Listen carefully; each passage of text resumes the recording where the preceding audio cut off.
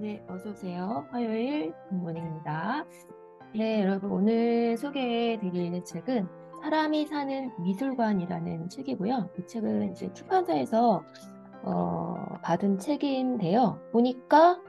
바꿔 보니까 이번에 그 브런치북 특별상 수상작으로 되어 있어요. 그러니까 브런치 또 작가로 활동하시는 분들도 계시죠. 여기 보면 이제 대상을 한 10분 정도 뽑고 그 다음에 이제 특별상 또 작품들도 굉장히 많은데 그 중에 선정된 한 그 작품이고요.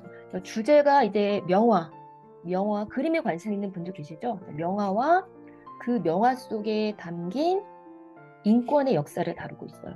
이 저자가 법학과 이제 대학원에서는 정치학을 공부했고 국가인권위원회에 입사해서 15년 동안 이제 근무하면서 뭐 여러 행정조사관뿐만 아니라 인권 교육과 관련된 업무를 오랫동안 해왔다고 해요. 근데 이제 법학을 공부했는데 왜 명화냐? 이게 보니까 서론에 서문에 이제 어릴 때 아버님이 무슨 뭐 외국계 제약회사인가? 근데 거기서 근무했는데 해마다 그 당시에 뭐 달력 같은 거 막 주고 그랬잖아요. 되게 어릴 때. 그래서 그 달력에 그 명화들이 있었나 봐요. 그래서 그 어떤 그림들을 그 당시에는 뭐 이렇게 재미있는 것들이 없었잖아요. TV 외에. 그래서 그 그림들을 이렇게 보면서 좀 그림에 대한 관심들을 발전시켜 온 것 같아요. 근데 또 이제 인권에 대한 주제로 본인의 본업은 있고, 그래서 이 그림 속에 어느 날 봤더니 좋아하는 그림들을 봤더니 그림 속에도 그 인권에 관련된 그런 어떤 차별과 혐오의 역사들이 담겨 있는 걸 보면서 이제 그 두 개를 부합해서 브런치에 이제 꾸준히 글을 올리면서 이 작품이 선정이 된 것 같고요. 그래서 이 책은 아무래도 이제 그 명화들이 많이 이제 들어가 있다 보니까 그 책값이 조금 있죠. 페이지도 한 300페이지 되고 뭐 19,800원 그렇게 되고 그런데 그냥 인권의 역사만 다루면 조금 이렇게 좀 건조하고 재미없을 수 있잖아요. 예, 그런데 이제 중간중간 계속 그림이 나오니까 또 그 그림을 보면 그림을 잘 모르는 사람은 이게 어떤 의미인가 이렇게 옛날 그림들이니까 재미없을 수 있는데 이제 인권과 관련해서 풀어주니까 재미있는 것 같아요. 이렇게 글도 막 이렇게 글밥이 아주 많은 것도 아니고 그래서 그림하고 같이 이제 볼 수 있어서 조금 재미있고 예. 그래서 또 의미도 있고 그런 것 같아서 오늘은 한 두 에피소드 정도 소개해드릴게요. 그래서 여기는 이제 큰 챕터로는 여성, 그다음 두 번째 챕터는 노동, 그다음 세 번째 챕터는 차별과 혐오, 그다음 네 번째는 국가가 어떻게 개인의 그 권리를 짓밟았는지 어떤 그런 국가와 관련된 그 내용. 우리 한국의 역사 속에서도 그런 게 많죠. 예, 많죠. 그다음 존엄에 대해서 인간이 이제 어떻게 보면 존엄하게 살아야 되는데 뭐 예를 들면 노인의 자살률이 우리나라가 제일 높대요. 우리가 이제 뜨거운 여름을 보냈지만 그 여름에 그 뜨거운 열기에 사실은 가장 가난한 사람들이 기후 문제이지만 그 기후 위기의 피해는 가장 가난한 사람들이 받죠. 예, 그 더위에 에어컨 하나 킬 수 없고 그래서 사망자가 발생하고 어떤 그 인간의 존엄, 의식주와 관련된 그런 거를 다루고 있는데 지금 아파트에서 여성과 관련된 부분 제가 잠깐 소개해드리면 근데 오늘 제가 또 올려드린 동기부여 문장이 여성에 관련된 제가 제 첫 책에 이제 그 인용된 문구 중에 하나인데요. 여성이. 저도 이제 사실은 한 지역에서 국제적인 단체였지만 제가 이제 원주라는 작은 지역에서 작은 단체 대표 경험을 15년 정도 했어요. 근데 저는 딸 셋에 아들 하나, 그 장녀거든요. 그래서 오히려 이렇게 막내가 아들이었고 그래서 뭐 그런 딸에 대한 여성에 대한 차별 이런 거가 전혀 없었어요. 거의 딸 중심으로 그런 저희 부모님들이 뭐 그런 옛날 분이셔도 그런 게 전혀 없고 그런 내가 여성이라는 존재에 대해서 불편함을 경험한 적이 거의 없었어요. 거의 없었는데 결혼해도 없었어요. 근데 이제 아이를 갖고 일터에서 연차가 높아지면서 여성들이 줄어드는 거예요. 그리고 이제 육아를 하면서 남편이 많이 도와줘도 이게 주체적으로는 여성의 몫이 많았고 그런 거에서 이상하게 너무 불편해져서 처음으로 제가 책에도 그런 내용을 적었는데 어, 남자로 태어났으면 어땠을까? 이 생각을 처음으로 그때 가졌던 것 같아요. 육아를 하고 연차가 조금 넘어가면서 처음으로 가졌던 것 같아요.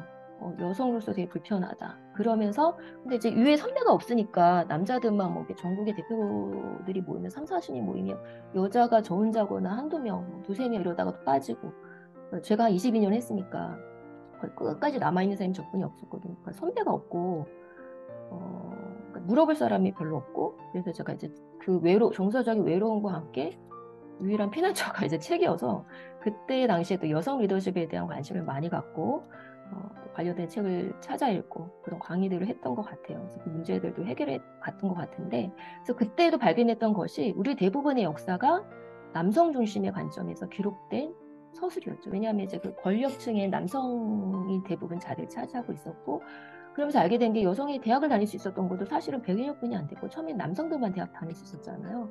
또 이 책에도 있지만 참정권이 이제 여성들에게 참정권이 주어졌던 것도 사실은 몇십 년 안 됐죠.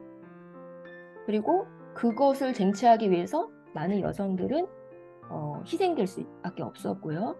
저도 예전에 대학원을 다닐 때도 한번 교수님께도 질문한 적이 있어요. 왜 여성 관점에서의 그 과목과 관련해서 책은 별로 없냐. 그랬더니 되게 매우 존경하고 되게 젊은 열린 분이셨거든요. 젊은 남성 교수님이었음에도 불구하고 대답을 좀 약간 정확하게 제가 원하는 대답을 듣지 못했던 기억이 납니다. 그만큼 이제 지금은 이제 여성 관점의 그런 소설 그 연구들이 조금씩 진행되고 있지만 그런 것이 지금 몇십 년 안 됐어요. 그래서 아직 자료들이 많지가 않아요. 그래서 이 책에도 나오지만 그 당시에 제가 막 책들을 찾아 읽었을 때도 그 이름만 되면 알 수 있는 유명한 이들도 여성 문제에서만큼은 되게 그 당시 시대 정신에 갇혀 있었어요. 그걸 알고 되게 내가 깜짝 놀랐거든요. 이분이 여성에 대해서는 어떻게 이렇게 얘기할 수 있지? 우리가 너무 잘 아는 분들인데 여성 문제 그 당시에는 여성들을 물건으로 취급됐고 소유물로 이렇게 됐던 시절이었잖아요. 근데 진짜 그런 관점, 여성을 되게 하찮고 지능이 낮고 이런 관점이 우리가 이름만 내면 알만한 유명한 분들이 이 여성 문제에 대해서는 그랬다는 거죠. 그래서 제가 되게 실망을 감추지 못했던 기억이 나고 이 책에도 뭐 그런 이제 명화와 관련해서도 그림을 그리는 분들도 마찬가지예요. 여기 이 책에도 소개하고 있지만 되게 그 당시 인기 있는 작가였고 정말 그 그림들도 인기가 있는데 유독 여성에 대한 그림에 대해서는 그 당시 시대 논리에 갇혀 있는 거예요. 뭐 이제 예를 들면 그 여성들이 막 그 당시에도 이렇게 조금 이렇게 지적이고 지성인의 여성들의 그런 뭐 독서회 같은 모임이 있었어요. 그러면 이제 그거를 되게 긍정적으로 보는 것이 아니라 막 여자가 옆에 그림 하나가 있는데 글을 쓰고 있어요. 근데 그 옆에 막 집안이 널브러져 있고 아이가 이렇게 어디에 처박혀 있는 모습을 그린 거죠. 그러니까 되게 풍자적인 그림을 그린 거죠. 그래 봐라 여성들이 이렇게 글 쓰고 뭐 이렇게 한다고 집안이 뭐 이렇게 다 내려놓고 아이는 저렇게 방치하고 있다. 그러니까 이렇게 이런 어떤 그림들이 그린 거죠. 그런데 여성이 그린 그림은 달라요. 같은 것을 보고도 여성이 그린 그림에는 굉장히 당당하고 주체적이고 지성 있는 그림을 그렸는데 그 당시에 그 남성이 그 당시에는 엄청나게 인기 있고 이런 어떤 작가였음에도 불구하고 여성에 대한 그림은 이제 그렇게 그린 거죠. 그렇지만 이 책은 이제 이렇게 각 챕터마다 이런 주제를 가지고 그림과 과거의 역사들을 이렇게 하면서 어떻게 그 그림 안에 차별과 어떤 혐오의 시선이 담겨 있는지를 풀어가고 있지만 또 결론적으로는 이 과거의 시선만 따라가지 않고 많은 것이 지금은 표면적으로 좋아진 21세기지만 여전히 여성 문제든 아동 문제든 어긋난 시선이 존재함을 이제 계속해서 결론 부분에서는 여전히 이것이 해결되지 않고 있다. 이제 그런 부분들을 이야기하고 있습니다. 여성 문제도 마찬가지고 지금은 뭐 여러 가지 디지털에서는 더 여성들이 많이 활동을 하고 많이 좋아졌죠. 그렇지만 여전히 이제 기업이나 또 사회 곳곳에서 이제 위로 갈수록 이제는 이제 여전히 그 퍼센티지로 보면 남성분들이 많은 부분들을 이제 차지하고 있고 미래에는 그래도 달라질 거라고 믿지만 근데 그 숫자가 중요하더라고요. 저도 이제 그 작은 그 지역 단체에서 이렇게 위에서 그런 리더십 모임을 하면 여성이 저 혼자거나 두 명 이럴 때 많으면 아무래도 그 숫자적인 그거에서 퍼센트에서 오는 그 목소리의 반영들이 숫자를 반영할 수밖에 없어요. 예, 그래서 약간 퍼센테이지도 중요하고요. 하나만 더 소개해드리면 아동이 제가 이제 그림을 올려드렸죠. 그림. 자, 이게 어떤 그림이냐면 우리가 잘 아는 성냥팔이 소녀인데 우리가 아는 그림하고 좀 다르지 않아요? 제가 그 채팅방에 올려드렸습니다. 우리가 아는 그림과 좀 다르지 않아요? 그래서 이 성냥팔이 소녀는 비록, 그러니까 우리가 아는 그 소녀는 되게 귀엽고, 물론 가난하고 막 이제 성냥을 팔지만 되게 귀엽고 이렇게 이쁘게 그려진 그림이었잖아요. 근데 이게 19세기에 이렇게, 전후에 이런 그림들이 되게 많이, 이런 소재로 그림이 되게 많았대요. 근데 이 저자는 이 그림이 가장 사실적이다. 그렇게 저자가 말하면서 이 그림을 소개하고 있는데 되게 다르죠? 좀 이상하죠? 또 표정도 이상하고 좀 지팡이도 막 짚고 있고 이제 지팡이인가요 이게? 이상해요. 그러니까 이거에 대해서 설명하는 뭐냐면 사실 이 성냥팔이 소녀는 그 당시에 많은 소재였는데 그 당시에 되게 잔혹했던 유럽의 슬픈 사회상을 담고 있어요. 그러니까 그 당시에 막 산업혁명이 막 이렇게 결과로 인해서 인구가 증가하고 도시화가 막 되면서 극심한 이제 빈부격차가 발생합니다. 그래서 대부분의 그 당시 국가가 산업화로 인해서 그 어떤 돈이 들어오는 자본의 그 달콤한 맛에 막 중독되어 있어서 막 공장들도 생겨나고 막 그러니까 소량 생산에서 막 대량 생산이 막 가능해진 거죠. 그래서 돈이 들어오는 이 맛을 막 이렇게 국가들 경험하고 그 당시 이제 경제학자인 애덤 스미스라는 그분이 이제 그 어떤 자유주의적인 국가 정책을 뒷받침해주는 이론을 제공하고 이러면서 막 그런 사회 그 경제 활동의 자유를 허용해야 된다는 사회 분위기가 막 형성이 돼요. 근데 이 그림 속 소녀파리 소녀가 일하던 공장도 이런 국가 정책의 기조에 힘입어서 막 이렇게 생산을 하는데 아동을 활용하는 거죠. 아동을 적극적으로 밤낮 없이 이렇게 활용해서 성량을 생산하는데 당시에 아동들이 몇 시간씩 노동했냐면 하루에 16시간에서 18시간씩 노동을 했대요. 상상할 수 없죠. 어른들도 이렇게 노동하면 감당할 수 없는데 아동들은 체력적으로나 여러 가지. 근데 어른들보다도 그리고 아동 중에서도 특히 여자 아이들의 그 노동 환경과 이 처우는 굉장히 나빴고, 왜냐면 이 성냥 같은 경우는 이제 그 여자아이의 작은 손으로 해야 할 조금 더 정교한 작업이 이제 필요한 거죠. 근데 이 노동 환경은 목숨을 잃을 만큼 위험했어요. 그 이유가 뭐냐 하면 이 성냥을 만들 때 백린이라는 물질을 사용한대요.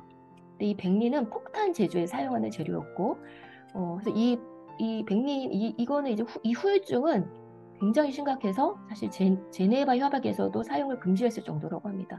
근데 그 당시에 소녀들은 맨손으로 예, 이거를 이제 만졌고, 백린을 만졌고, 그래서 이게 피부 접촉뿐만 아니라 호흡기를 통해서 이 독성이 체내에 흡수되는 거죠. 그래서 우리가 그 안데르센 동화 속에 그 성냥팔이가 막 환상에서 나중에 이제 이렇게 되지만 그 환상을 보는 장면 또한 이 백린 중독으로 인해서 환각 증세를 묘사한 장면이라고 이 저자는 말합니다. 그리고 백린의 중독 때문에 턱뼈가 괴사되는데 이 그림에서 보면 약간 이렇게 있잖아. 이게 얼굴을 이렇게 아래로 이렇게 하면서 이 약간 턱뼈가 괴사된 그런 어떤 묘사라고 해요. 그러니까 이게 약간 웅크린 채 턱을 숨기고 있잖아요. 예, 그런 어떤 자세라고 또 이제 이 저자는 이제 얘기하고 있고요. 그래서 이렇게 공장에서 일하던 소녀들이 백린에 중독되면 병들잖아요. 공장주들이 쫓아내요. 그러니까 더 이상 이제 노동 자원으로 활용할 가치가 없다고 해서 요즘 말로 하면 강제 해고인 거죠. 그러니까 내쫓을 때 임금이 아니라 성냥 한 줌을 쥐어줬다고.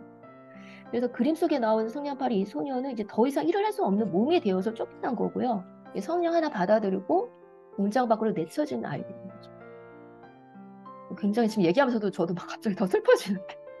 우리가 알고 있던 그 뭔가 아름다운 그 느낌의 그 이쁘고 그래도 했던 그 성냥팔이 소녀 안에 사실은 이런 어떤 슬프고 아픈 이야기들이 숨겨져 있는 거죠.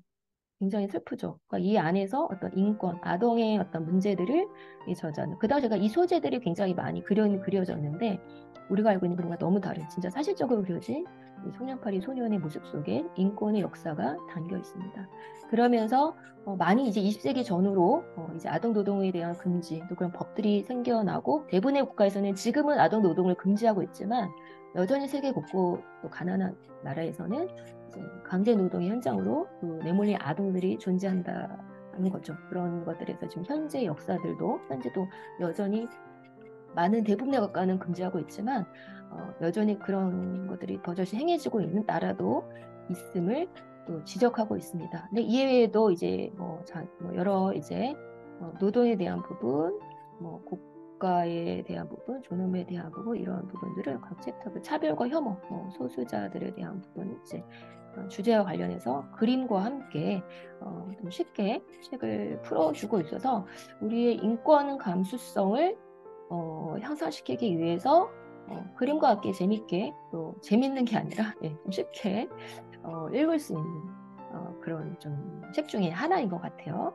네, 그래서 오늘 사람이 사는 미술관, 이 미술관 안에 사람이 살고 있다. 우리 사람의 역사가 담겨 있는 거죠. 사람이 사는 미술관, 네, 이 책을 소개해 드렸습니다. 네, 여러분 오늘도 좋은 하루 보내시고요. 안녕히 가세요.